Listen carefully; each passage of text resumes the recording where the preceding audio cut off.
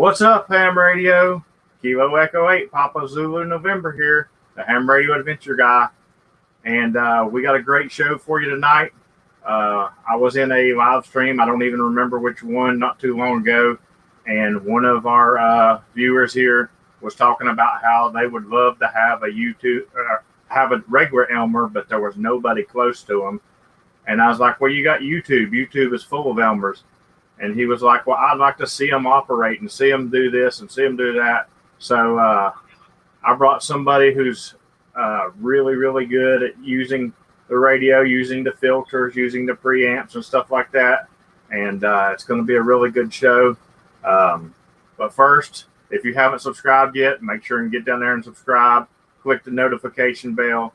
Smash that like button. And if you find value in the show, make sure and hit that tip jar out. It just helps bring more videos.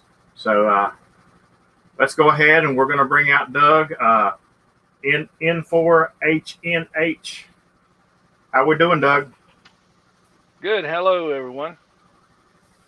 Hope you're doing well. But poor Doug, I don't guess I explained it good enough to him. He was on the YouTube link trying to get in, and we had a little technical difficulty. This is why we're starting a few minutes late, but we're glad to have you. You want to tell everybody a little bit about yourself and what you're into in ham radio? Well, I've been involved in radio since I was a kid. I was interested, as young as 8 years old. And I don't know, maybe like a lot of hams, I got into radio through CB, Citizens Band, and that was around age 11. By age 14, I wound up working at a CB radio shop. Man that gave me my first job. So I've been very fortunate. I never flipped burgers. All I've ever done is work on radios. And so I wound up at Motorola, and I was surrounded by hams there. Now I had been interested in ham radio, but I had never, really pushed myself or never had really an Elmer. And so while I was at Motorola, I was surrounded by Elmers. And so one of them gave me my novice test back in the day when we had to do that. And then another one loaned me a radio to get started. Back in the day when you were a novice, all you could do was CW. So he loaned me an old tube type Hallicrafters radio and a straight key, and there I went. And then over the years, upgraded to extra. Now, of course, to work at Motorola, I also had to have the commercial it's called the GROL for short, but the General Radio Operator's License. You couldn't work on a transmitter without that.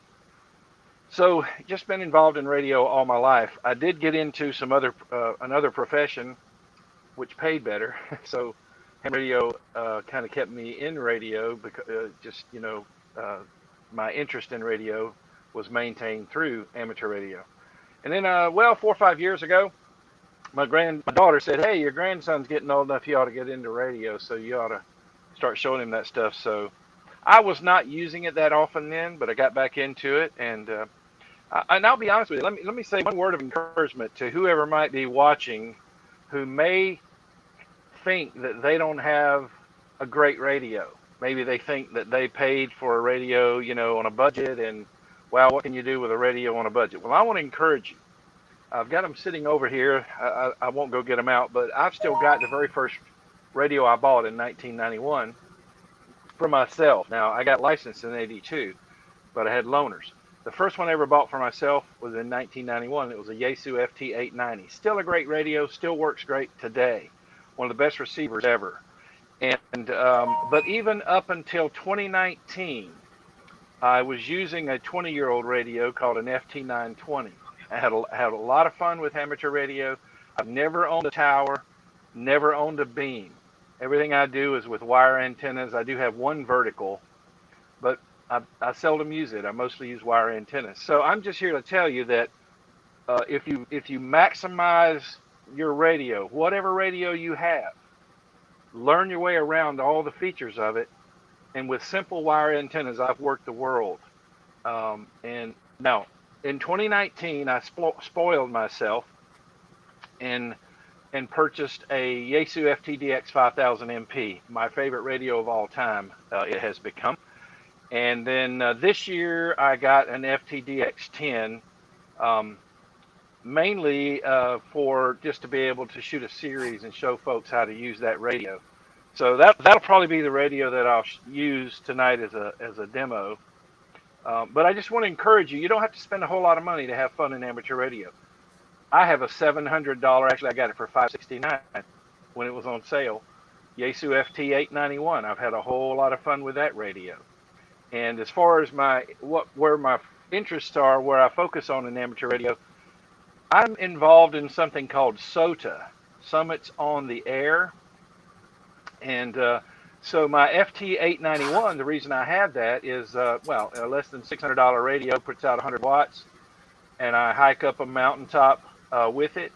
In my backpack, I carry a Bio NO battery, a 6-amp battery, and with that 6-amp battery, I can make right at 100 contacts, even occasionally running the full 100 watts on it, but I typically keep it at about 45 watts.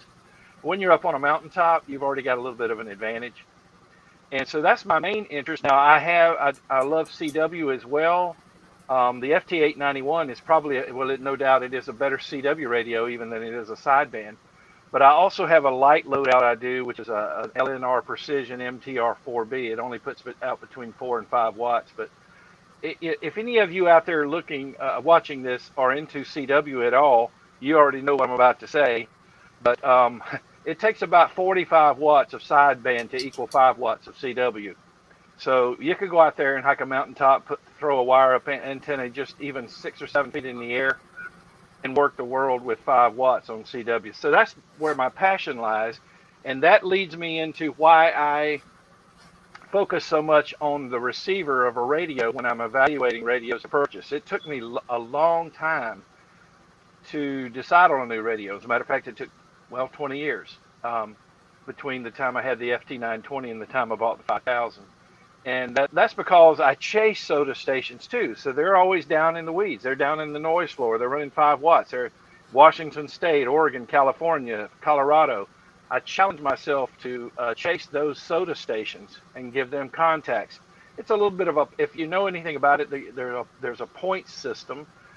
The person who climbed the mountain gets points. The person who's chasing them gets points too. It's just for fun. You can get plaques and certificates, but it takes a really, really good receiver and a good antenna system to be able to pull those guys out. Well, since I don't have a beam and I'm running wire, I have to rely on a good receiver and a radio to be able to pull those stations like that out. So that's where my interest mostly lies, and it's what pushes me toward maximizing everything a receiver can do for me. And let me just say this for full disclosure, yes, if you have an ICOM 7300 or the Yaesu FT 891, whatever, and you're going, that's good enough for me because all I do is rag chew. That's absolutely fine. You want to get equipment that matches what your interest is in the hobby. But if you're into chasing really weak signals like I am, that's where you're going to have to step it up and have a receiver that's capable of digging those kind of signals out. Absolutely. And most of my listeners definitely know what SOTA is. I'm a big Parks on the Air guy.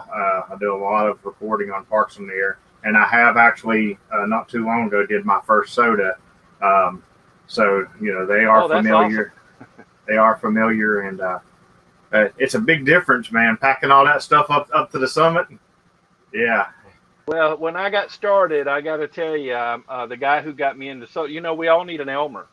So a friend of mine who's a ham, he got into SOTA first, and he told me about it. And I really wasn't interested. And then one day he said, "Hey, hop in the truck and let me take you on a SOTA outing. We won't hike. We'll just drive up to one. It's a drive-up summit, and bring your HT." So we did, and I was hooked.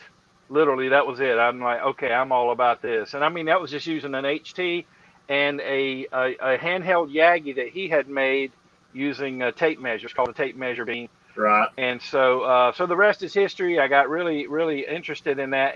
But our first outing where we hiked, I had overcompensated. I was carrying a 12-amp Bio NO battery, my radio, and just tons of gear and a chair and all these kind of things. And today my loadout is 19 pounds, and that's including water. And so, you get down to where you scale it down. And now the 19-pound loadout is with my LNR Precision, just my little bitty CW radio. But yeah, at first you overkill. And as my friend said when he first saw my back, he said, Doug, ounces are pounds, and you're going to find out what that means. Ounces are pounds, and pounds are pain. Yeah, absolutely. That's a good way to put it. And I found out I was carrying anywhere from 40 to 45 pounds.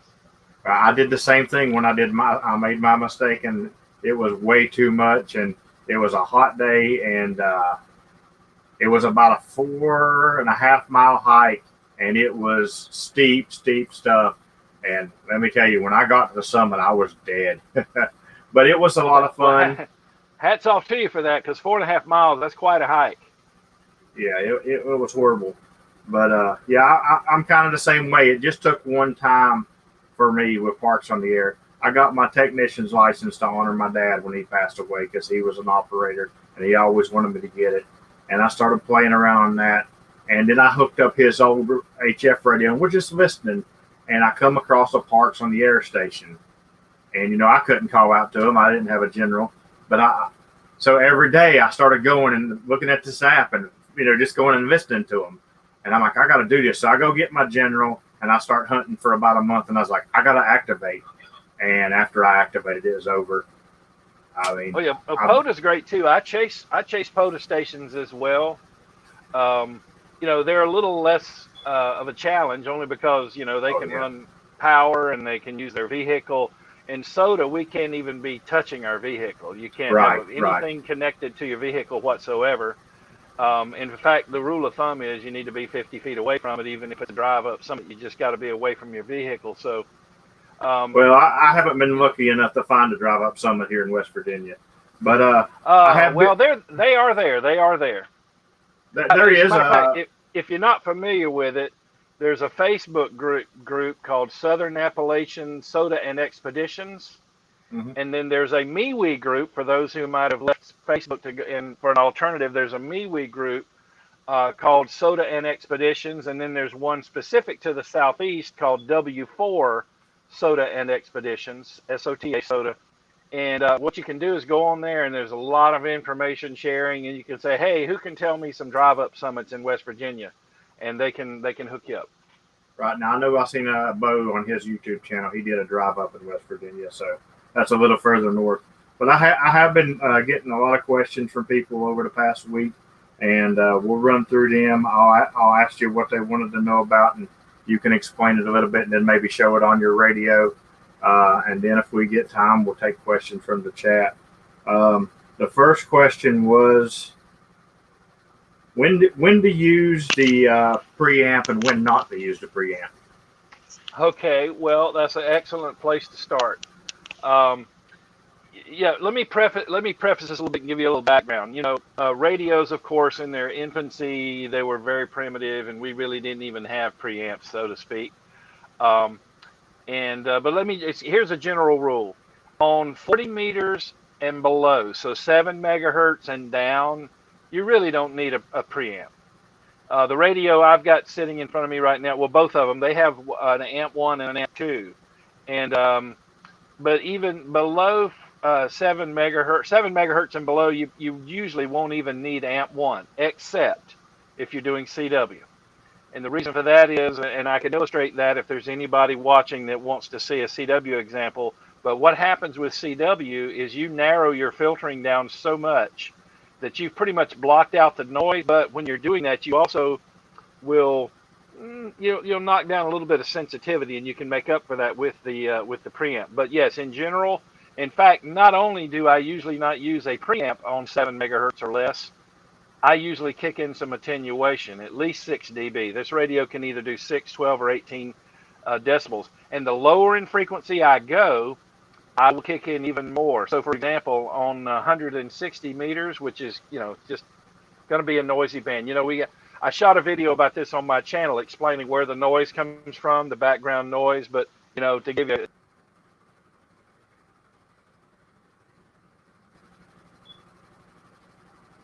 that gets to be pretty horrendous. So when I'm down at that level, not only am I not running a preamp. Now, by the way, when we say not running a preamp, on some radios, that means you've got the radio set to IPO, intercept point optimization. That's a Yaesu thing. Now, on other brands, for example, Kenwood, it is just no preamp or preamp 1 or preamp 2, things like that. But in Yaesu speak, it's IPO, which is intercept point optimization. And what that has to do with the intercept point is a fancy way to say the point at which the signal coming in off the antenna meets something called the first oscillator in your receiver. And that's the thing that beats against that signal to create what we call our first IF. And that is an intercept point. And all they mean by optimization, really, it's a fancy marketing speak to say, turn off the preamp, you don't need it. So, and but like I said, now on 80 meters, I will generally run at least 6 and sometimes 12 dB of attenuation. And on 160 meters, listening to a rag chew, and I don't know about you guys, but if you ever venture down to 160, most of what you're going to hear are guys that are regional, and they're going to be 40 over anyway. So I'll generally kick in 18 dB of attenuation and go to IPO, or meaning no preamp, because, and we can get into this in a minute if you want to see it, but I mean, I attack my noise from the front end. The very first place to attack noise is, get this, the antenna. Certain antennas will drag in more noise than others. For example, a vertical polarization. A vertically polarized antenna naturally pulls in more atmospheric noise than it does a horizontal, because a lot of the atmospheric noise is vertically polarized. So one of the very first areas you attack your noise is the antenna itself. And then coming into the front end of the radio, the very first opportunity you have is that attenuation. And for those of you who with a 7300, you're probably going, well, wait a minute, I don't see an option for 6 dB, 12 dB, 18. No, the 7300 only has one attenuation level, but it's a Haas. It's 20 dB. So if you turn on your attenuator in a 7300, the People's Radio, the most popular radio, I think, same thing, 160 meters, even 80 meters, just flip on the attenuation. You're gonna knock that noise down by 20 dB. Here's the thing: first thing you gotta know about attacking noise is forget your S meter. It's not about the S meter whatsoever. If you like watching the S meter, then you're gonna have to live with noise. But yes, the answer to that is, in a simple, straightforward way, 7 megahertz and below. You don't need a preamp, and you might even, and so again with Yaesu, that means IPO turned on, and you may even want to turn on an attenuator. Now 20 dB might be a little much, but if the signals you're listening to are super strong, like a big rag chew and everybody's running an amp, yeah, your 20 dB will be fine. If you don't have the option to maybe do only a 6 or 12 dB attenuation, use your RF gain control. In my opinion, the greatest invention for radio of all. And just use that and roll it to the left until you can only hear what they're saying, and you've masked out the noise floor. Absolutely, I agree. I'm more of a I can tune in the signal pretty good myself, but as far as explaining it, I wouldn't have a clue how to explain it like you just did. So I appreciate that. The next question we got is, what is your favorite filters and why? Filters, okay. Well, if you're talking about a brand name, well, Collins was the standard for quite a while, but now of late, and I say of late, I mean really even in the last 30 or plus years, NRAD, International Radio, which is actually now a part of what used to be known as Tentec. Those are my favorite filters, and I can tell you a little story about that. My Yaesu FT920, by the way, still one of the greatest radios ever made. If you have an opportunity to get one at Boneyard or eBay and it's fully functional, that is one of the greatest radios. You can have a whole lot of fun with that radio. The DSP on it is even really quite good for something from the late 90s. Well, it did have an issue with its filters called blow-by. And so it just wasn't the best. I mean, there were stock filters on a radio that back then, by the way, you think prices are bad today? I get people that say, oh my gosh, I can't believe ham radios are $1,000. Back in 1999, I paid $13.39 for that radio, and that was before I bought a desk mic, and before I bought the AM board, and before I bought a CW filter. So radio prices have really come down. But I like NRAD, and what I did is I installed NRAD filters in that radio later on, and it put that receiver on steroids. So I would say international radio, NRAD filters, if you're going to do some sort of a aftermarket upgrade to your radio. Now, the radio I've got in front of me here that I'm going to, well, the FTDX10, I've got two radios in front of me, but the FTDX10 has an optional 300 hertz filter that you pay extra for, and it's about $180. And if you're into CW, it's a 300 hertz filter versus the 500 that comes in it. But it is so much better than the 500. I mean, I shot a video showing how to install it, although it's quite easy.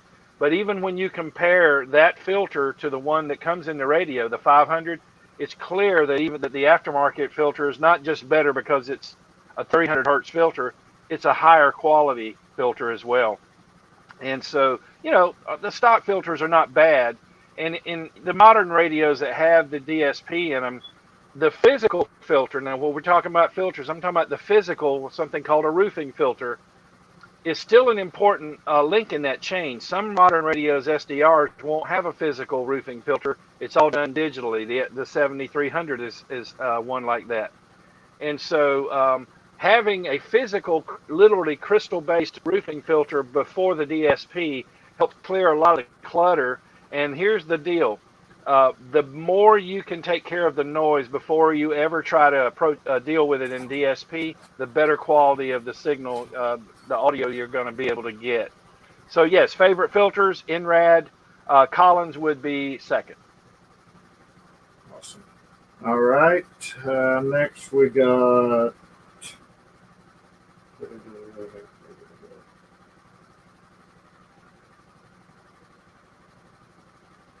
They want you to explain about using shift and your width to clear up the noise. Okay, yeah, shift and width. Well, maybe I ought to flip the camera around and actually show the radio for that. Let me see if I can get this to work.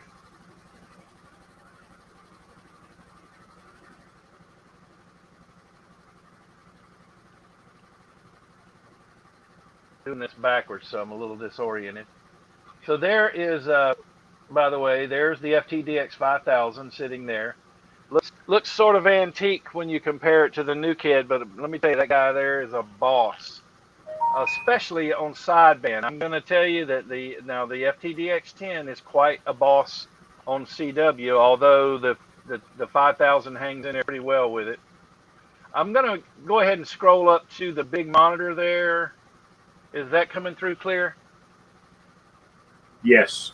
Okay, good. Okay, so it's a little easier to see it on that monitor than it is the radio. The FTDX10 has a direct output. You just plug a monitor into it and you're ready to go. There's one little menu setting to do in there. But now let me explain. What I'm about to show you is not unique to the FTDX10. I'm just using this radio as an example because it's got some really cool ways. It's the best. As a matter of fact, my son's only a tech right now, and he has struggled a little bit with understanding some of the concepts of general. And when I showed him some of the things on this screen you're looking at here, he said, "Oh, that makes a whole lot more sense seeing it visually like that." So I'm just going to use the FTDX10 as my example radio, but what I'm going to show you applies to just about any radio out there on the market. So let me see if I can get somebody talking. And see, there's somebody that's down in the noise a little bit. So shift, let me explain what's something called the pass band. So if you look down at this lower right-hand side, if y'all can see my mouse here, you got this AFFFT, right? So that is displaying right now the audio spectrum that is being occupied by sideband receiver. And if you see, there's 1 kilohertz, 2 kilohertz, 3 kilohertz. So we're roughly just a little bit below 3 kilohertz of bandwidth right there. So what shift can do for you is If you narrow a little bit, and I'm gonna turn on this radio. I'm just rotating a knob that is changing the width.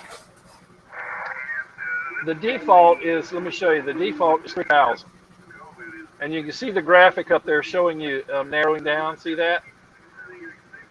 Now Yeah. width is where I'm shifting that. That's called the pass band, and shift is where I'm moving where the center point is of that pass band. And what does that do for you? It's huge. It really is. These are some of the greatest ways to attack QR Mary. QR Mary. Now also QRN, which is noise, just general noise, but QR Mary meaning somebody's close by having a QSO and they're interfering with your QSO. So the first of all, let me say something that's controversial. A lot of people like to run their transmit audio 3,000 hertz wide and even more. There's some people griping right now at Yaesu saying, hey, when are you going to come out with an update to allow the FTDX10 to transmit 4 kilohertz wide? Well, you probably know that we kind of have a ladies and gentlemen agreement in amateur radio that we will not exceed 3 kilohertz of transmit bandwidth. And the reason is we like to know that, for example, this QSO is taking place on 14.265. It's nice to know that I could go up to 14.268 and start another QSO because we're keeping 3 kilohertz of separation between our signals. So the idea of forcing a radio to be able to go 4 kilohertz wide, what that's going to do is it's going to mean that maybe these guys on 14.265 are going to occupy all the way up to 14.269. So it's crowding the bands is what it's doing. But here's something else that people don't realize. It's also inefficient. If you do, there's some math you can do, and I have a video on my channel that's called power spectral density.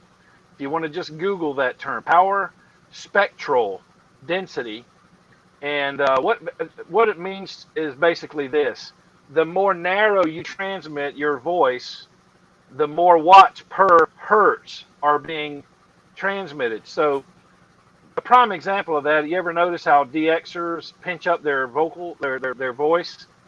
What they're doing is they're going down to as little as a 2 to 2.2 kilohertz bandwidth. In other words, so looking at this screen right here, they may be occupying only up to about here with their voice. Now what that does is it thins out their voice. I'm not suggesting you go that thin with it unless you're trying to punch through a pileup. But you don't need to even go to 3 kilohertz to sound great. I generally run 2.4 to 2.6 kilohertz of bandwidth. Now, how that comes into play is there's no need for me to be listening at 3,000 hertz wide if somebody's transmitting with a 2.4 kilohertz of bandwidth. And they'll still sound good. They really will. It's just we've gotten this, I won't say new breed of hams. We even have some old hams that are doing this. That's got this notion that they want to sound like an FM broadcast station. And number one, it's inefficient. But number two, quite honestly, it's rude because it's occupying wider bandwidth. And so now let me show you how it impacts noise. And in the power spectral density video I did some examples of this. If I'm listening at 3,000 hertz, listen to this noise. Let me just stop talking a second. Now I've got the volume way up. Now watch what happens when I narrow the bandwidth. And let me make sure shift is reset.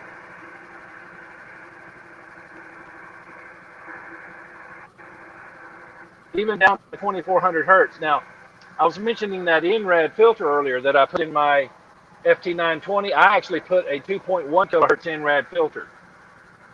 And it minimizes a lot of that noise. Now, as far as shift is concerned, let me see if I can find a QSO.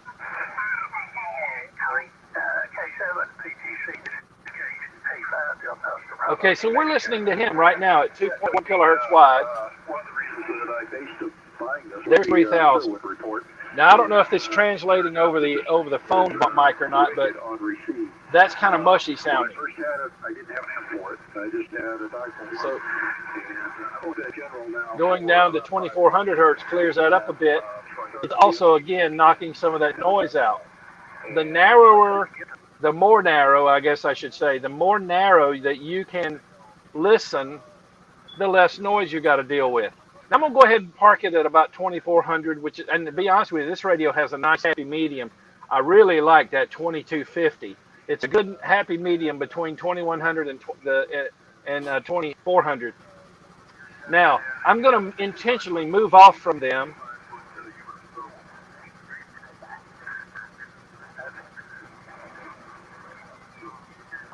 2 kilohertz. So pretend that you're having a QSO and somebody jumps in 2 kilohertz below your QSO and you start hearing this. Now, first thing I'm going to do is I'm going to narrow my width to less than 2 kilohertz. Why?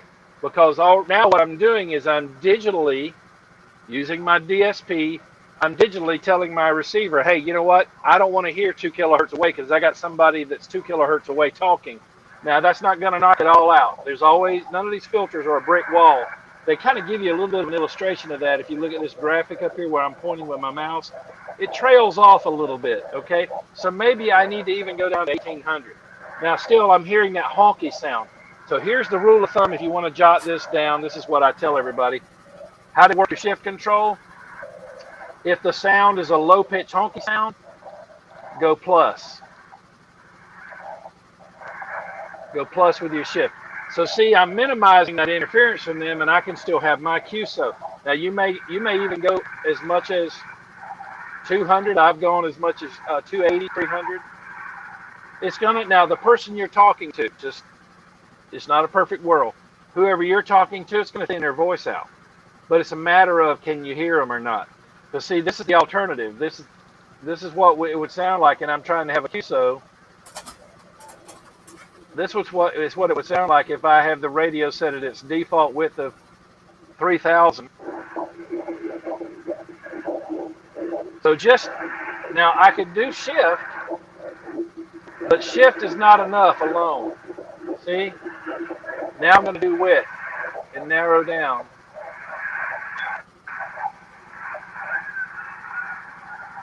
Now it's almost gone, and that was at 1950. So just think of it this way. If somebody's 2 kilohertz away interfering with your QSO, the first thing you want to do is narrow your width to under 2K. And then use your shift. Now, I said if a noise that you're hearing is a honky low sound, go positive on your shift. Conversely, and let me illustrate that. Let me put everything back to normal.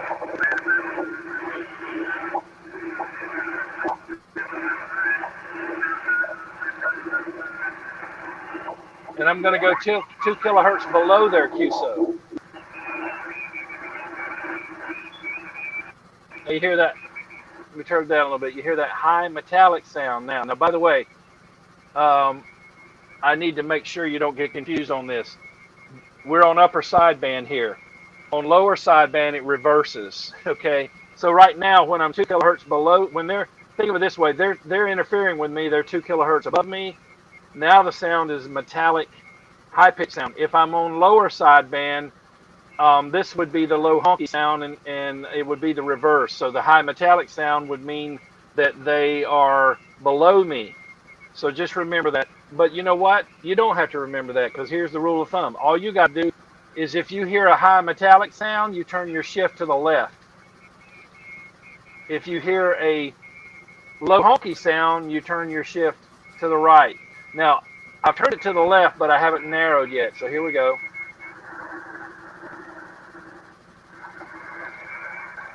Let me let them talk again. Negative 300 and 1950, and I can tab my QSO now, and I'm not hearing any of that interference.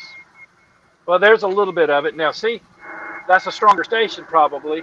So I may narrow a little more. I'll tell you this. I have gone down to as low as 1100 if I needed to, and I'll tell you when. Contest weekends, man. People will jump in a kilohertz away, and so I've actually gone that low, and I can still understand what my other person is saying, but it's not great. They're going to sound like a pinchy AM radio, but It's a matter of can I hear them or not fidelity, okay? So just remember this. Shift left if the noise is a high-pitched metallic-y sound. Shift right or plus if the noise is a low-pitched honky sound. And you don't have to care then of whether it's upper sideband or lower sideband. Just go by how it sounds. And then remember something called the pass band. You see how I've narrowed it up there? Pass band means what area of the spectrum am I allowing to pass through to the audio stages of my receiver. Okay? Hopefully that helped. It definitely helped. You actually even corrected my problem because I always shift first before I mess with the width. But you're saying I should change my width first before I shift. Yeah, and again, width is also working against you when it comes to noise too. So you can use width to help minimize some of the noise. Although I have other techniques to minimize the noise before I ever have to resort to width or shift. All right, that's awesome. So maybe we'll cover that in another question. Okay. Next question is: can you explain what the noise blanket's for? Yeah, noise. Yeah, noise blankers, near and dear to my heart. Okay, let me just say, noise blankers can be a problem. They're especially these modern radios. I hate to be the breaker of bad news, but we are in the amateur radio community of late. We're getting a little bit snookered. I love that word. By the manufacturers. Okay, for one thing, SDR, software defined radio, latest technology, must be the greatest. Not necessarily so. Even DSP is not necessarily the greatest thing since sliced bread. Although I will say, if you take a step back and look at it from a broad perspective, the pluses do outweigh the minuses. What a noise blanker does, and that's why I'm bringing up DSP. What a noise blanker is used for is for pulses of noise, like power line noise, or in a mobile situation. I have this situation in my truck. Ignition noise. So the more gas you give your vehicle, the faster the engine revs. You hear those popping sounds in your audio on receive. Or at home, you've got a noisy power line, which, by the way, is almost never the transformer. Just FYI, it is usually loose hardware on a power pole, and your local power company is obligated to fix that. And the reason I'm bringing that up, there's no great noise blanker anymore. Now, some of them can deal with some noise, and then they can't deal with another. And we're encountering more noise interference on amateur radio these days because the FCC is not doing as diligent a job of inspecting everything that has an oscillator in it like they used to. So, for example, 2 meters around my house, I drive by a school, I get a bunch of noise from their alarm system. Some of the red lights, the traffic lights, produce noise. Wireless phone chargers in your home, LEDs, not all of them, but some LED bulbs. It's usually the cheaper ones that are made across we'll just say across the ocean. Something as simple as my daughter's lamp for her fish bowl.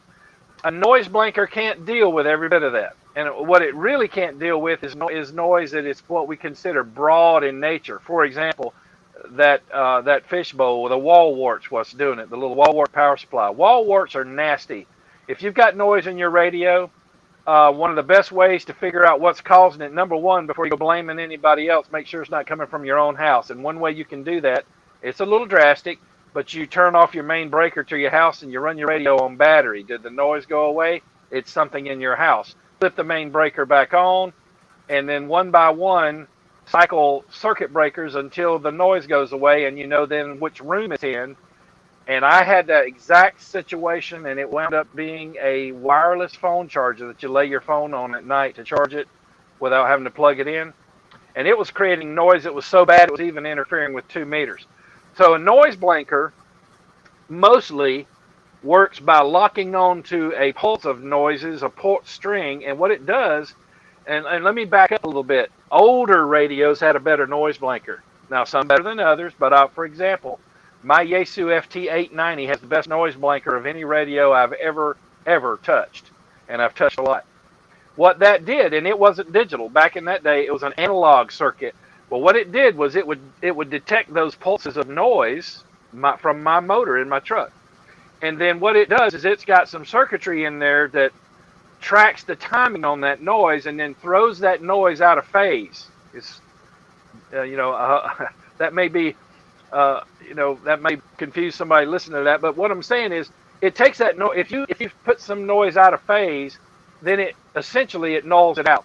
Give you an example of that. There are devices out right now. MFJ makes a thing called the MFJ 1026. It's a noise canceller, and that's how it works. You take your main antenna and a receive antenna, and the receive antenna's got to be able to pick up the same noise as the main antenna, and it's got a knob on there. What you do is you adjust the noise to where each antenna is receiving the noise at about the same level, and it's got a knob on there for phase, and you turn that, and what you're literally doing is putting that noise between the two antennas 180 degrees out of phase, and it nulls it out. It really does work. But you do have to have an antenna outside that's only purpose in life is to pick up noise. Well, the noise blanker is doing a very similar thing. That's where the idea for these noise canceling devices like the MFJ 1026 came from. And by the way, I'm just going to go ahead and tell you, I have an MFJ 1026, and it can be problematic if you run an amplifier. I've actually got a new one on order now that's actually 1/4 the price I found, and one of my viewers on my YouTube channel has told me about it and shot a video of it, and it seems to work great. It's called the QRM Eliminator, but it's the same concept as the old-timey noise blankers. They would track that noise pulse and then invert it out of phase and then knock it down. And the cool thing about the old ones, even though they were not digital, they were analog, they could track that noise as it sped up and slowed down. Now here's where we get into DSP. The DSP noise blankers are doing it digitally on a chip. Now a lot of the radios, especially from Yaesu, are using a Texas Instruments chip to manage all the DSP. The DSP-based noise blankers are much worse than what we had in the old radios. But again, the pluses of DSP outweigh the minuses enough that I can tolerate that. And here's what I mean when I say they're worse. This is how it manifests itself. It introduces distortion. I'll show you an example of it. Let me get these guys that are talking. Well, that guy's weak. Here's an opportunity to pull out a weak station.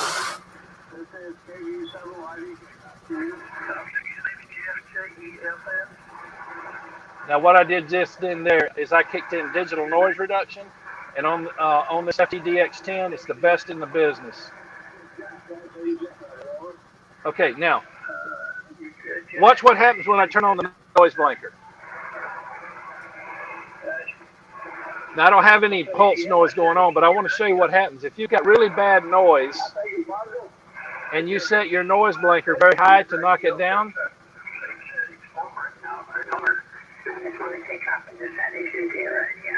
distortion. That's pretty common in all of the modern noise blankers. Basically, here's what's happened when I said we got snookered. We're buying this latest technology, and a lot of it is good, but what it really amounts to is it's cheaper for the manufacturers to put everything on a chip. SDR is cheaper to manufacture. DSP is cheaper to let the DSP handle the noise blanker function. But it's not necessarily better. And I can just flat out tell you there's no noise blanker yet that I've seen in a digital radio that's handled in the DSP stage that is perfect, or as good, I should say, as good as what was in my old Yaesu FT890 or even my FT920.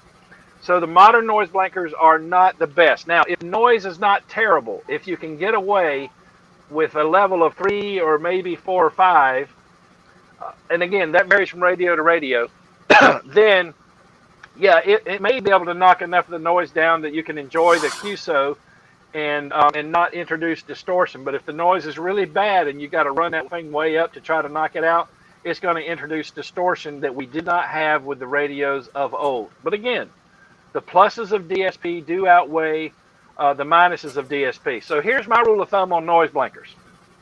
Try to find what's causing the noise in the first place. Use the noise blanker as a stopgap measure until you can root out the source of the noise. And the good news is, if you prove that the noise is not coming from in your own home, that it is a power line, your power company is literally legally obligated to go ahead to come out and fix that power line noise. And I've had it done several times here. Lightning will hit a lightning arrestor on the power line. It'll blow that lightning arrestor up, and that is a source of noise. Literally a bolt on a piece of hardware on the light pole gets loose, and some arcing takes place. It's their job to come fix that. And if they don't get this, you can call the ARRL or the FCC, but I will tell you the ARRL has people that are in communication with the FCC, and if necessary, they'll get involved to make sure the power company comes and takes care of it. So try not to use a noise blanker unless you absolutely have to. Now, here's the situation for me. My truck still puts out that grindy noise, and the noise blanker in my new mobile, my FT891, yes, I backpack with one, and I have one in my truck. I like that radio so much I'm willing to overlook this, but the noise blanker in that radio is not great either. So when I use it to knock out the engine pulse noise in my truck, and it only knocks out about 80 or 90% of it, maybe 85, but it does introduce distortion on signals that are above an S9. So noise blankers today, I'm sorry and I regret to tell you, I haven't found a great one yet, but the pluses and minuses of DSP do outweigh the minuses. Yeah, and the noise blinkers will get you in trouble too. I know I was using one night to knock out something, and I guess I had left it on, and the next day I get on my radio, and my signal was just absolute crap, and I'm like, what is wrong with my radio? And yeah. I turned it off, and it cleared right up. So I'm like, oh, okay, I left it on. But well, I guess I should mention one other thing about noise blankers. Even the old ones had this issue. A term called selectivity. The way those noise blankers were working, they would actually degrade the selectivity of your receiver. And what I mean by selectivity is this. Remember we mentioned a while ago, we should be able to have a QSO 3 kilohertz apart. You could literally be in there, and I almost had this happen, by the way, to me. I'm in there having a QSO, and all of a sudden I'm hearing this guy just splattering all over the place. And what it is, and I said, well, man, some guy has moved in right on us. And I looked, and no, he was 7 kilohertz up the band, and yet he's splattering. Now, of course, that could really happen. He could have a dirty signal. And so, but before I accused him, before I went up there and said, hey, buddy, man, you're putting out some spurs. You've got a nasty transmit. I noticed that my noise blanker was turned on. And not unlike what you're saying, I had left it on from a previous session.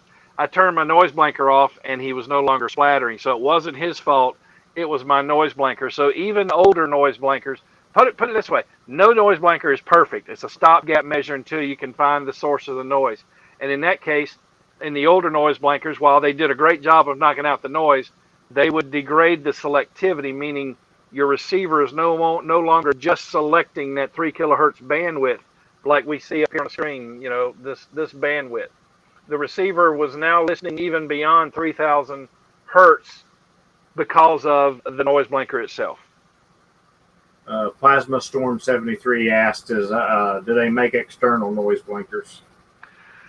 Well, not really. What they do make are external noise reduction units, but what they are, and I have one, there's a unit out there called a Time Wave DSP 59 Plus, and it's the early version of what we have in our modern radios of DSP, a digital noise reduction. Okay, this radio has it. I've got it on right now.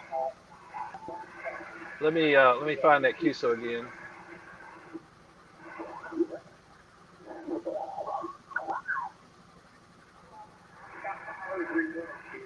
I'm going to turn off digital noise reduction. Now, what digital noise reduction does is it's not the function of a noise blanker where it's looking for pulses and trying to invert them and null them out. It literally, the idea of digital noise reduction is to just knock down the hash, the noise floor as we call it, that atmospheric noise. So this guy's S9, but there's still a little bit of a grind under his voice. And I've only got the digital noise reduction set on 7. It'll go up to 15. But on this radio, I'll tell you, it's pretty effective even at 3. Now listen to that weaker signal there. I'm going to turn off digital noise reduction. I've got the max gain turned almost all the way down. It's drastic. So Time Wave came out with some technology in the early 90s, late 80s and early 90s, called the DSP 59 and then the DSP 59 Plus. And it introduced not only that, but it also introduced the ability to control the bandwidth. And so now what was interesting, where we turn it right now, we can control the bandwidth, but we notice how it's moving it from the low end. By the way, this end here represents the lower frequencies of somebody's voice. That end is the higher frequencies. So you notice as we're narrowing, we're pulling out the low end and the high end simultaneously. The time wave unit actually allows you to lower the high end without affecting the low end and vice versa, which is kind of cool. And by the way, so does the Yaesu FT890. It allows you to separately control. Now, okay, it's not that it's a negative thing here, because let me show you what it amounts to. If I narrow here and use shift, that's the equivalent of using a separate high and low bandwidth control. So you can still do it, you just use your shift. So if I narrow it, for example, and I knock out the low end, all I gotta do is shift negative and I listen to that. Let me let you hear. It's kind of like, I guess, I hang out with the movie stars out in Hollywood to record their audio. So if you narrow your bandwidth to knock out some interference, you can get the audio full again by moving your shift. I'm using a TS890 input here, and I'm using some so there you go. But yes, time wave, and that little unit also had the ability to, I'm pretty sure it had the ability to do a noise blanker function, but no, I'm not aware of a really an aftermarket just noise blanker. To be honest with you, that now that everything's in DSP, nobody seems to be interested in doing anything like that. What you do find aftermarket though are I think what is it, West something. There's a company that makes an external speaker that has DSP capabilities built into that speaker, and it works pretty well too. The best I've ever seen though is this FTDX10. That digital noise reduction is just best in class, unbelievable. I'm so spoiled by it now. I listen to QSOs and they sound like I'm listening to somebody on a telephone call. Yeah, I've been wanting a DX10 for a while, and just sitting and listening to the way you're tuning yours up, man, it sounds great. But well, by the way, just to be fair though, the FT up until about 3 months ago, the best digital noise reduction I had ever used was the FTDX 5000, better than the FTDX 101. As a matter of fact, when I bought the 5000, I could have bought a 101, and I chose it over the 101. And one of the reasons was the digital noise reduction on the 101 was not great. It was, in fact, not even better than the 891 that I have, which is a good. If you compare Yaesu's digital noise reduction to any other brand out there, it is superior. But it's even the 891's got better digital noise reduction than a 7300 or even some of the higher dollar Kenwoods. But it's still not as good as what's in the 5000. And I say that to give you an example. Anything less than these are algorithms really. What you're adjusting when you're adjusting DNR, those are not. They say level, but it's really different algorithms of how it's going to separate noise from voice. And by the way, it works on CW as well. Well, the FT891 and the FT991A, to give you a couple of examples, if you're going to run the digital noise reduction on either of those radios, don't even consider anything less than 9. Less than 9, and the audio doesn't sound great. It sounds like you're underwater. It takes at least a level of 9 to clear that up. So in my 891, 991A, I don't own a 991A, but I have one sitting over here that was sent to me for my YouTube channel to do a video. On those two radios, if you own a 991A or a 991 or an 891, if you're going to use digital noise reduction, immediately turn it up to 9 at least, not any less. But on the FTDX 5000, I could run it at 1, and it was never sounding water. It never did anything except that the higher algorithm I selected, it just made more noise go away. And when I was really disappointed when I evaluated the FTDX 101, and it was no better than the FT891.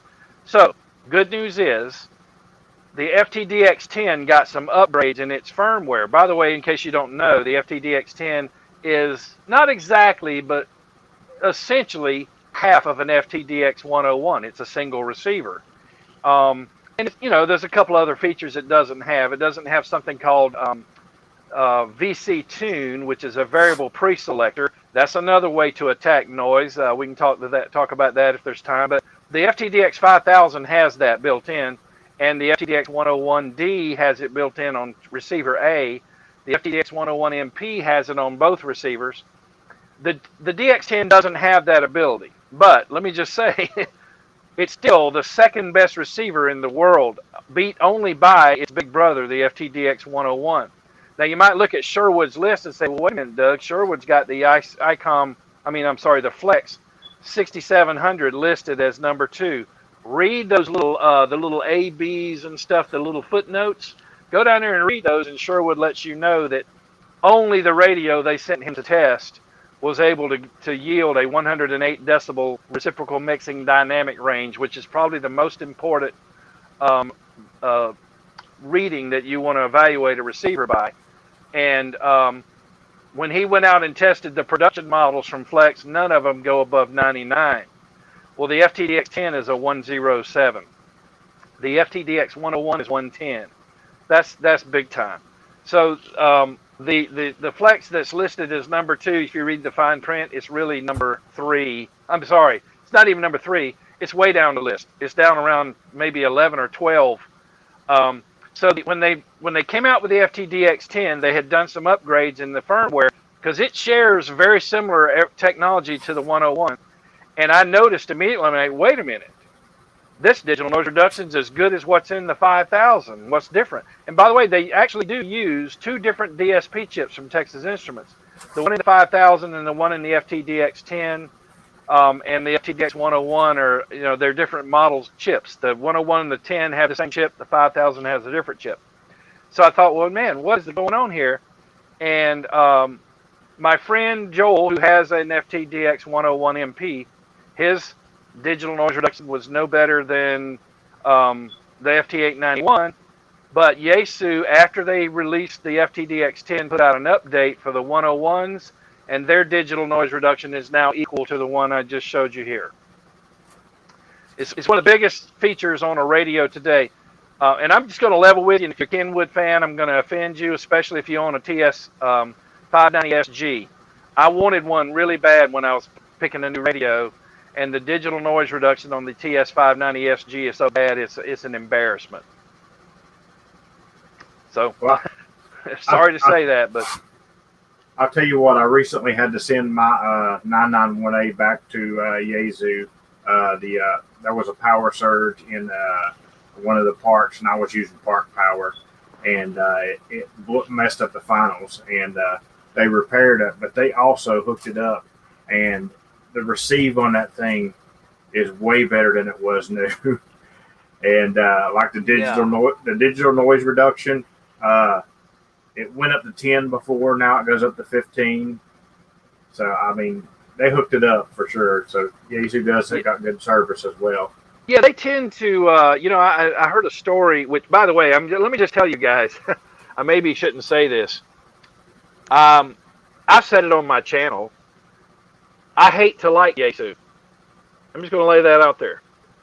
So don't think of me as a Yaesu fan. I'm absolutely not a Yaesu fan. But when I'm laying down my hard-earned cash to buy a radio, I got to get the best radio for the money. I personally think Yaesu makes some boneheaded decisions. They will discontinue a perfectly good radio, and then they'll come out with an excuse. Well, we can't get parts to build it anymore. Well, that's funny. I even told them this. I said, you need to call ICOM and you need to find out whoever the supply chain manager is for ICOM and hire him, because they don't seem to run out of parts. They're cranking those 7300s out still. So Yaesu makes some boneheaded marketing decisions sometimes. I'm just going to be honest about that. I only buy their radios because when I evaluate them and I put them through the test, man, it took me 8 months to decide to buy that 5000. I tested every radio in there, and I'll just tell you, full disclosure, I walked in there to buy TS990S. Well, but when I'm going to lay down my hard-earned cash, I got to buy the radio that did the best job. And as much as I don't like Yaesu, they won. And this FTDX10, by the way, there's, by the way, no perfect radio. The nearest perfect radio I've ever found is 5000, and they discontinued it. And by the way, why did that happen? Back to my "we're being snookered" comment. People will buy the beautiful screen you see there. I'm going to confess to you that screen doesn't mean a lot to me because I can't hear that. I want the best receiver in the world. But people will buy the bling. They'll buy that because, and the companies will go, well, if that's what they're willing to buy, that's what we're going to focus on, and we're going to get rid of these old dinosaur radios, even though they may have a better receiver in them. And so, for example, you saw one of the ugly truths of the FTDX10 there, which, by the way, it's not alone. Digital signal processing doing the noise blanker, not a great idea, not the best solution. Cheaper for the manufacturer. I'll tell you another flaw in this radio. It's called DNF. I'll hit them right here. It's Yaesu's terminology for auto notch. You don't want to leave that on. It introduces distortion as well in the audio. Only use that when somebody's tuning up and it's annoying you. That's what it's for, to stop a heterodyne, the tone you get when somebody's tuning up. The digital notch filter, DNF, also known as an auto notch in other radios, and the noise blanker are the weaknesses in this radio. There's no perfect radio. But again, you just look at it and you go, well, do the pluses outweigh the minuses? And by the way, I should say, the FTDX 5000 is the best digital noise blanker I ever encountered. And it actually has what's called a wide mode, so it can handle some of those more nasty broadband interferences, like I was mentioning before with the wall warts and things like that. But yeah, I just want everybody to know, they look at my channel, they go, "Miam, you must be a Yaesu fanboy. Do they pay you?" No, they don't even appreciate me. I can call Yaesu and try to, and I'll get people on my channel, and we'll try to, collectively contact Yaesu and ask for an improvement in a radio. Well, you'd think you called their baby ugly, when you call them up with it, because some of the people at Yaesu have attitude. Not everybody. One of their guys in tech support is absolutely phenomenal. I'll just tell you his name is Roger, Rodger. But not everybody there is that cordial. And I'll tell you an example. Look at this. If you click up here, 255 is flashing. Roll your mouse wheel. Nothing happens. I thought it was an oversight in programming. I mean, wouldn't you think that that's what you would get? And if you clicked in 14, you'd be able to scroll that up and down? I called Yaesu. I said, man, you're missing something here. That should be able to scroll up and down because that's the way it works in Ham Radio Deluxe and other programs. No, man, you got to click over here in the least significant digit, and then you punch in what frequency you want to go to and hit enter. Okay, well, that's cool, but that's not what I want to do, that's not intuitive. But when you call them and try to give them a suggestion like that, now I will tell you this. I was told the best way to pass a suggestion along is to go to their website, under the Contact Us, send them an email to Japan. That goes to Japan. And that will tend to get more results than talking to one of these American guys that you have to deal with over here, and they act like you just called their baby ugly. So absolutely, full disclosure, I'm not a fan of Yaesu. I'm a fan of their radios. Roger that. Wild Cascadia Radio wants to know what's your favorite Yaesu available right now. The favorite Yaesu available, and let me just clarify and qualify this, and I will say for the money, if money is no object, I'll give you a different answer. But if you want the best value available, it's the FTDX10, no doubt. And maybe some of these little things like that will be cured in the future. I mean, that's that thing I just tried to do. I mean, that's nothing but a thing, right? I mean, a firmware update can take care of that. There's a couple of other things that some of my viewers have suggested that are really good ideas. But like I said, no perfect radio. But the best radio right now for the money, FTDX10. Think of it this way: it's a $1,700 radio, and one of my viewers the other day said he got it for 16 something, and they even threw in an MD70 desk mic and the SP30 speaker, which is the little, I've got one here. It's the little speaker that's made to fit the radio's profile. Let me, in fact, I'll scan down. Maybe y'all can see it sitting there next to the radio. Did I go the wrong direction? There we go. All right, so you see to the right of the radio that right here is the speaker. It matches the radios, and it makes that, if you don't have that external speaker, it kind of sounds like a mobile. So there, apparently, whoever he ordered his from is offering the radio with the external speaker and a desk mic for a good deal. I don't think that they're going to come down a whole lot lower, though, because of this issue we've got going on right now with parts. You know, the factories that burned down in Japan that were making chips, it's hurt amateur radio as well. Kenwood even canned their nice top-of-the-line HT because they just simply can't get the chips anymore. Yaesu had enough of the tins made up in advance that they still got some stock, seemingly. But they're struggling to crank out 991As right now. They're just having a hard time getting the parts, and you'll have to get on a back order list to get one of those. So I think since they don't really have to try to sell the radios because they're going to sell, I don't know that they're going to do a lot more deals. But for $1,700, think of it this way. Number 2 receiver in the world, and the only radio that can beat it is its big brother, and it costs about $3,200 right now on sale. Now that's the FTDX 101D, and if you want to get the 200-watt model, the FTDX 101 MP, when it came out, it was $5,200. They usually have it on sale now for around $4,200, and it has 200 watts of power, and it has one of those pre-selectors I was talking about, the VC Tune. It has that on both receivers. So it's a dual receive radio, as a matter of fact. And you can do something called diversity receive. There's a video on my YouTube channel showing what the advantages of diversity receive is. You have to have 2 receivers to be able to do that. But yes, for the money, think about, I mean, that Flex 6700 is like a $6,000 radio, and it's down the list, technically down the list from this radio. For $1,700, you're getting a radio that is only beaten by one other radio in the world. By the way, the $14,000 ICOM 7851 does not rate as high as the $1,700 FTDX10, just to put that in perspective. Keith asked if Yaesu was responsive at all to any of your suggestions about firmware updates, or does it just fall to deaf ears?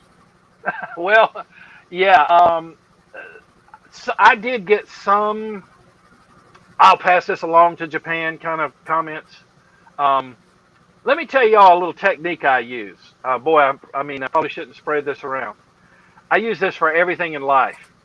When I'm dealing with a customer service issue and I get somebody on the phone, they want to know what they can do to satisfy my situation, I'll say, well, it may be above your authorization to be able to handle my situation.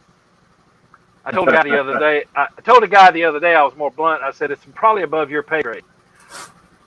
Sometimes they'll see, that's like throwing down the gauntlet to a customer service person. They want to feel like, well, no, dude, I'm in control. I'm not just this little peon. And so sometimes they take it as a challenge and they'll actually take care of it for you. Not 100% of the time, but I've had twice I've had it really come in handy. Because I just say, look, I don't know if you're going to be the person that's has the authorization to be able to handle this. So there's a guy at Yaesu. I won't mention his name, but he is the guy who is your tech support for an FTDX 10 or an FTDX 101 or an FTDX 5000. And he likes to think that he's got a hotline to Japan. And so he may take it, he will say something like, okay, well, I'll pass it along to Japan. But I'm going to admit to you, he's also the same guy who will say to me, well, you're the only one that's reported that. Like, for example, the DNF, the distortion in digital notch filter, he blew me off on that one.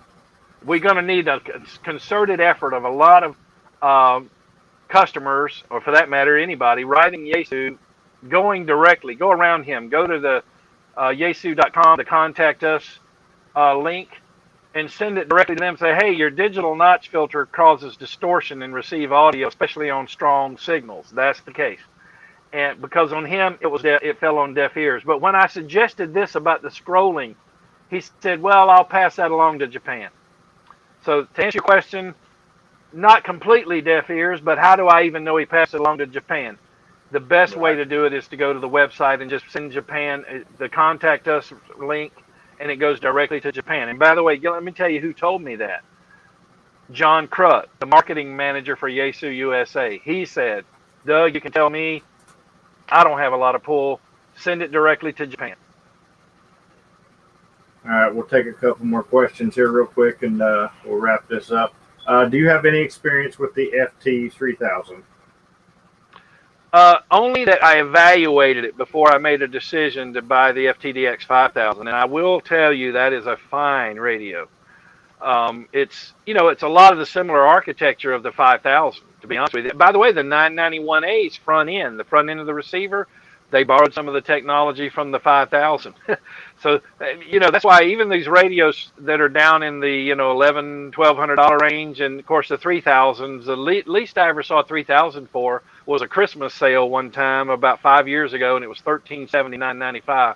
But it was usually around $1,800, which, by the way, it was still available when the FTDX10 came out. And get this, they were selling the FTDX10 for $1,700. They were selling the FTDX 3000D for $1,800. And I looked at that and I said, well, that's going to be the end of the 3000. And sure enough, about a month or two later, the 3000 was gone. But the 3000 is a fine radio. Now, the digital noise reduction, while better than any other competitor out there, won't beat the FTDX10 or the FTDX 5000 or now the FTDX 101D. And by the way, it was an option board you had to pay extra for to get it to decode CW. That's built in on the 10 in the 101s.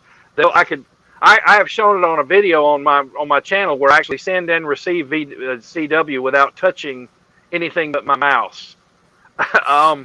And so, because it can decode CW for you right on the screen. Well, that was something you had to pay extra for in the 3000D. But yeah, the 3000D was a great radio. And if anybody's got one, they're probably going to have a hard time justifying getting rid of it to get any kind of a new radio, because it really is a good radio. And the DX10, did I hear this wrong, or am I right? Can you remote into that radio? Well, not directly. See, that's one disadvantage. Well, let me just say the ICOM 70. I don't know why this is the case, but a lot of people compare the FTDX10 to the ICOM 7300. That's not even a fair thing. They're two different classes of radios. Yeah. I would consider the FTDX10 a contest class radio. ICOM 7300 is a great rag chew radio. But the ICOM, you just have to buy their software. I think it's about $100. And then you can remote into the 7300. In other words, it has everything already on board. The FTDX10, you've got to buy an external box. It's a little over $200. I think it's called the SCU 32, maybe. I may be wrong on the exact number. But I think you can download. I don't think you have to pay for the software. I think you download it from Yaesu for free. But you do have to pay for that external device. So in a sense, to remote with the FTDX10 costs you a little more than $100 more than what it costs to remote in with the ICOM 7300. Yeah, but I'll take the $100 more just to get the better radio. Oh well, I mean, I've shot videos comparing the receivers. I'll tell you, man. But you gotta give the credit to where it's due. For $1,100-ish, an ICOM 7300 is a great radio for somebody who's just getting into the hobby. They're trying to understand things. Touch screen, things are more visual, and also, and they're not interested in chasing weak signals down in the noise floor. That's where it fails. That's where it can't really stand up. And by the way, I'm going to turn off multi here and show you. This thing has what's called a 3D waterfall. But for those who really prefer the, I'm adjusting the sensitivity, by the way, of the 3D waterfall. It's not waterfall; it's a 3D spectrum scope. But if I want to see a traditional, it'll do a traditional waterfall as well. Now all this in here is noise. What I'm doing here is I'm lowering the level because I want to only see signals. That's something people don't really realize with a waterfall. You can adjust the level. You don't really need a lot of sensitivity. And I should mention, the SDR chip, the SDR stage of this radio is what's driving that screen. If you don't know, the FTDX10 is not a straight SDR. It's got a dual super heterodyne receiver ahead of the SDR. So you got that gives you the selectivity. That solves the issue that ICOM had with the 7300 of having overload, front end overload, and lack of selectivity. A super heterodyne receiver will beat an SDR usually on selectivity. And I say usually because if you spend enough money, like Flex has done a lot of upfront filtering ahead of the SDR chip to help out with that. But so this is a hybrid. It's got the advantages of a dual super heterodyne receiver for selectivity, and then it passes it over to the SDR stage, and the SDR stage is what's driving the screen up there. Definitely an awesome radio. I definitely want one. I've been wanting one, but this video makes me want even more. All right, guys, we're going to start wrapping this up. Real quick, shout out to William Collins, William Mills, and Brian Daly for contributing in the tip jar. Doug's page, there is a link in the description. I know Marty already asked and subbed to it, but anybody else who wants to see it, it's in the description.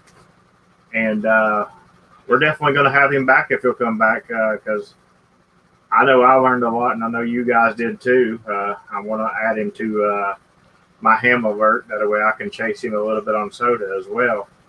But I appreciate everybody coming in tonight. And Doug, you got anything you want to say? Well, yeah. What's your call sign? Kilo Echo 8 Papa Zulu November. Okay, PZN. Okay, I'll look for your spots out there on soda.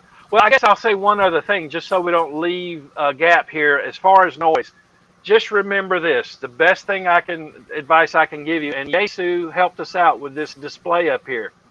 How to attack noise, front end of the receiver end. So the antenna, then the way they've got this laid out, that's laid out in order of the stages of the receiver. Attenuation, IPO, roofing filter, and these are physical roofing filters, and I added the 300 and 500 are for CW. The 12K is for AM and wider bands, but you want to attack your noise with IPO and attenuation, and don't forget the RF gain knob. It's the best thing ever added to a radio. Combination of those and the RF gain, and you can make somebody sound like they're on a phone conversation with you, even if they're down and around S3 to S5, you can still clean them up that well. And then this digital noise reducer in this particular radio just puts all that on steroids, puts the icing on the cake. But just remember, the best way to remember is I'm dealing with noise. Number one, antenna. If I got a vertical antenna, that's going to pull in more noise. Maybe I can hear them better on a horizontal. So deal with that. And then use combinations of IPO and or just turn preamps off and attenuation. The idea is to knock that noise floor down until your S meter reads 0. Again, I said don't care about an S meter reading. They're all relative anyway. Get that noise reduction down, the noise before you ever touch a digital noise reduction. Get the noise that you see on your meter down to 0 using attenuation, IPO, or turning preamps off, and that's going to go a long ways. And then you can put the icing on the cake with RF gain and DSP. Awesome stuff. I know I'm going to re-watch this video probably over and over again. Really good stuff. I learned a lot. And everybody, I will have a new video out with my Kilo activation from the past weekend. I'll probably have it out this weekend, so stay tuned. And I appreciate everybody showing up. Doug, if you'll just hang out just a minute and we'll let everybody else go. 73 guys. Yeah, sure. 73 guys. I hope you enjoy your radio, whatever it is. All this applies.